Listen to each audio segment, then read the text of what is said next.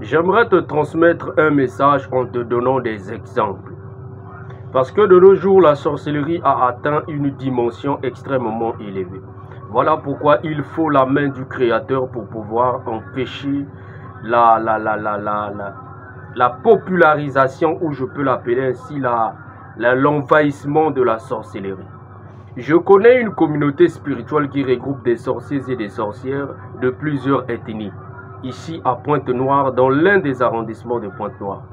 Et la limite ou encore la longueur spirituelle de leur communauté s'étend à environ 3 ou 4 km. Et à l'intérieur de cette communauté spirituelle négative, on trouve des sorciers de toutes sortes d'ethnies, Bembe, Lari, Kamba, Dondo, Sundi. En tout cas, ça regroupe au moins 70% des ethnies du Congo. À l'intérieur de cette communauté spirituelle, on trouve les spécialistes de tout genre. Il y a les spécialistes en tir, ceux qui ont des armes ou des fusils nocturnes élevés. Ce sont eux les chargeurs, les responsables des fusils nocturnes que vous entendez. On m'a fusillé, j'avais reçu une balle la nuit. Ils ont des spécialistes en médecine, du genre où vous allez voir quelqu'un arrive à l'hôpital, la maladie disparaît. On parle là-bas, c'est maintenant le sida. La maladie fait que changer de forme, ou la tuberculose. Il y a aussi les spécialistes en capturant les naissances au niveau des ventres, où vous allez entendre ils ou elles ne mettent pas au monde. Ce sont des spécialistes qui vous visitent souvent des nuits, en vous donnant des nourritures, plutôt en couchant avec vous, comme étant des hommes de nuit ou des femmes de nuit. Il y a aussi les spécialistes.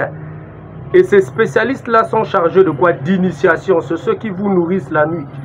Vous faites souvent des 100 jours, on vient vous donner des nourritures pour imposer des dépôts ou faire de vous un temple spirituel. Donc en tout cas, dans cette communauté, on retrouve toutes sortes d'ethnies et toutes sortes de spécialistes. Qu'est-ce que je veux transmettre comme message? Fait que dans cette communauté spirituelle, on trouve toutes sortes d'ethnies, ou à 70% les ethnies du Congo, de tout le Congo.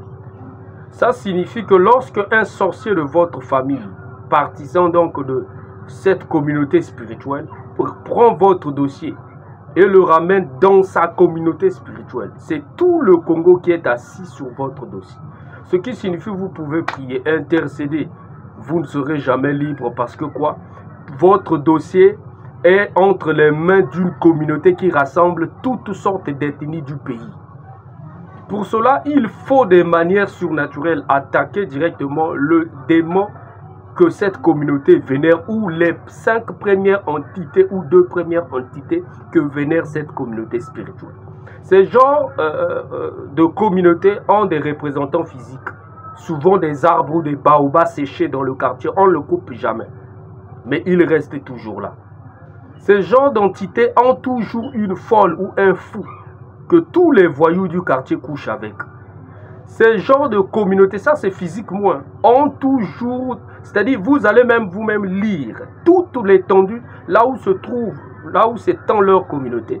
On ne trouve ni d'hôpitaux, ni d'écoles, et c'est difficile que ceux qui habitent toutes les zones qui se trouvent dans cette communauté, toutes ces zones physiques ne peuvent pas se développer. Il faut plus que ça, il faut la capture des démons.